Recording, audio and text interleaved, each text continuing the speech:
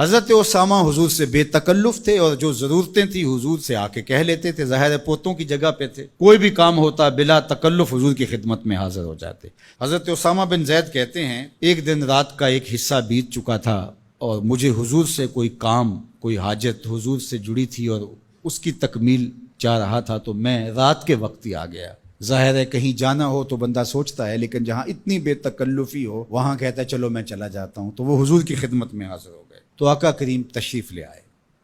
اللہ اکبر! حضور علیہ السلام نے ایسے ہی چادر لپیٹی تھی اور حضور کے اطراف میں ابھار تھے، لیکن مجھے نہیں پتا تھا کہ اندر کیا ہے، تو میں نے حضور سے حاجت کہی، حضور نے میری حاجت پوری کر دی۔ فلما فرغت من حاجتی، جب میں اپنی حاجت سے فارغ ہو گیا، جو میرا کام تھا وہ ہو گیا، تو پھر میں نے یہ سوال کر ہی لیا، قلت ما ھذا الذی انت مشتمل علیہ، میں نے کہا حضور یہ کیا ہے جس کے اوپر آپ نے چادر ڈال کر ڈھانپا ہوا ہے؟ فکشفہ، تو حضور نے کچھ بتانے کی بجائے چادر ہی کھول دی۔ جب چادر کھلی تو منظر صاف تھا۔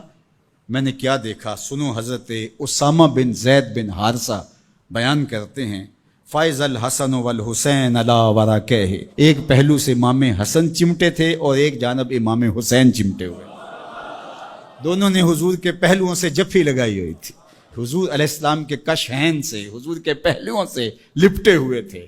اللہ اکبر! ظالموں، تم نے تیر حضور کے پہلوؤں پہ مارا ہے، حضور کے پہلوؤں سے یہ شہزادے لپٹے ہوئے ہیں۔ اور پھر آقا کریم نے کیا کہا؟ فقال ھذان ابنایا، فرمایا یہ دونوں میرے بیٹے ہیں، و ابناؤ ابنتی، اور میری بیٹی کے بیٹے ہیں۔ اللہم انی احبہما، اے اللہ میں ان سے پیار کرتا ہوں، فاحبہما، تو ان سے پیار کر، فاحب من یحبہما، اور جو ان دونوں سے پیار کرے مالک اس سے بھی پیار کر۔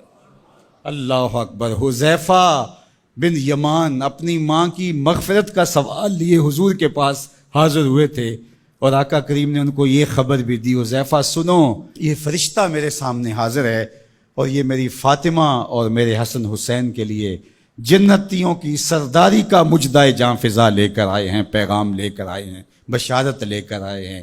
یہ خاندان عالی مرتبت خاندان، کبھی حضور ان کو چادر میں سمیٹ لیتے ہیں، کبھی مباہلے کی آیت کا مصداق یہ قرار پاتے ہیں اور فرماتے ہیں اللہم ہؤلاء اہل بیتی، یہ ہیں میرے اہل بیت، اور کبھی آقا کریم علیہ السلام کندھوں پہ سوار کرتے ہیں، کبھی حضور کی پشت پہ سواری ہوتی ہے، اور کبھی حضور بشارتیں دیتے ہیں کہ لوگوں کو بتا دو کہ یہ میرے فرزند، یہ عالی مرتبت شہزادے جنتی جوانوں کے سردار ہیں، اور میری شہزادی جنتی خواتین کی سردار۔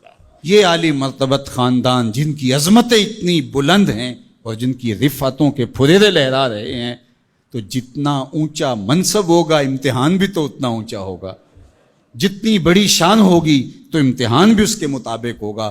پھر 10 محرم کو جو امتحان ان شہزادوں نے دیا اور ثابت کیا کہ ہم سرداران جو جنت ہیں وہ ایسے ہی نہیں بن گئے، کیسے کڑے امتحان سے گزر کر کے ہم اس مرتبہ رفیع کے اپنے آپ کو حقدار بتا رہے ہیں۔ کوئی یہ نہ کہے کہ پیغمبر نے اپنے نواسے جان کے ایسے ہی بشارت دے دی تھی اور یہ عظمت ان کو حاصل ہو گئی تھی، ورنہ ان کے اندر کیا رکھا تھا۔